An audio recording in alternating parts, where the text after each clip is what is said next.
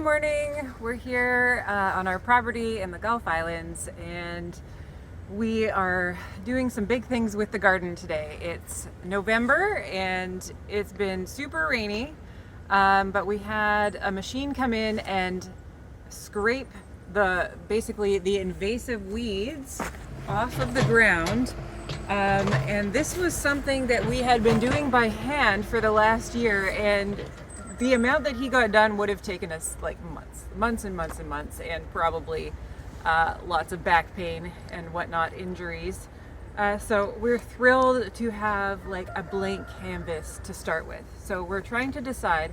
Winter is when it's easiest for us to actually plan out some things, because the thistles are normally almost as tall as me. So now we have no weeds, we can see what we're doing, and we're trying to plan out where we want to put our permanent garden beds in here.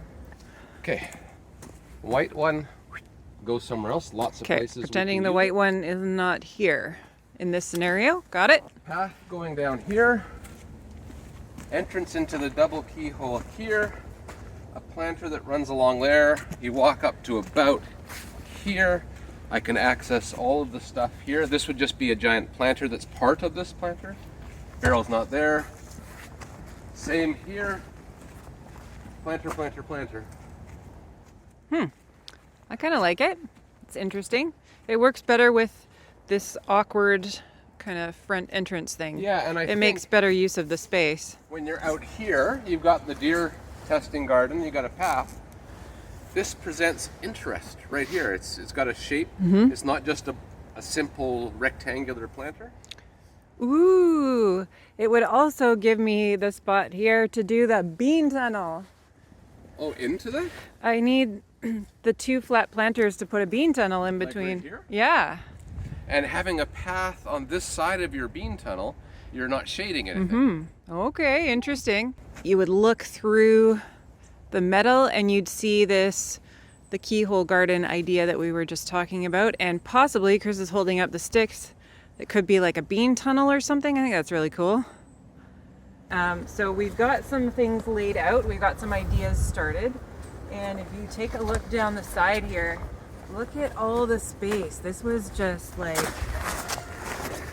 this is where we had our temporary path this summer through all the overgrowth. And it just looks so much bigger now. It's crazy. So as a quick explanation, it's very mucky here.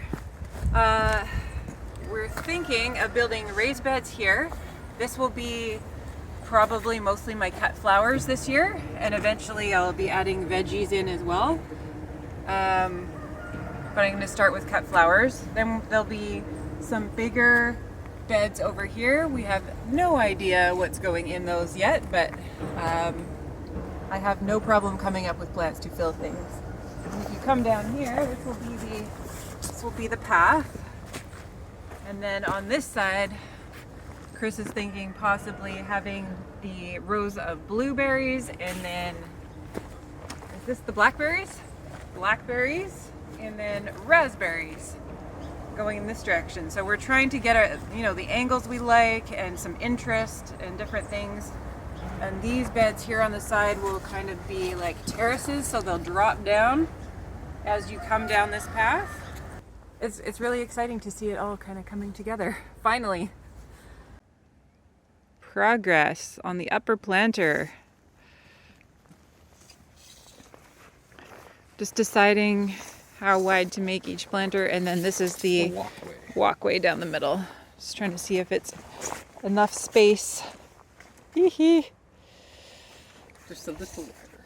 Just a little wider. Okay. So if that's 90 inches, minus 387. Got my weed tarp coming through the fence so we don't have last year's problems.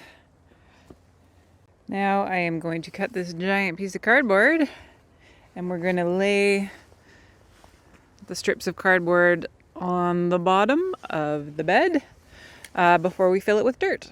So hopefully that will stop most of the weeds from coming through, and then the path in the center will have weed tarp under it.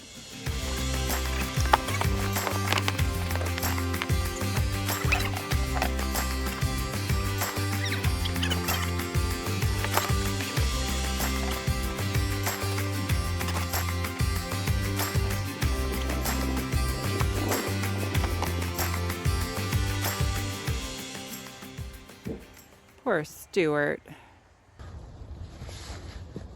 Ooh, it's almost done. I'm gonna add some compost in there, and then I think we're gonna put the garlic in. Might as well. We got a bed ready to go. And I might put some more of the bulbs here as well, but mostly garlic in here.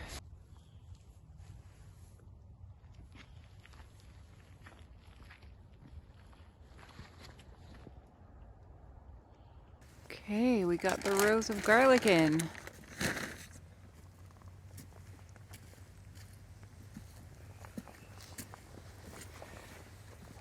And over here, planted some spring bulbs.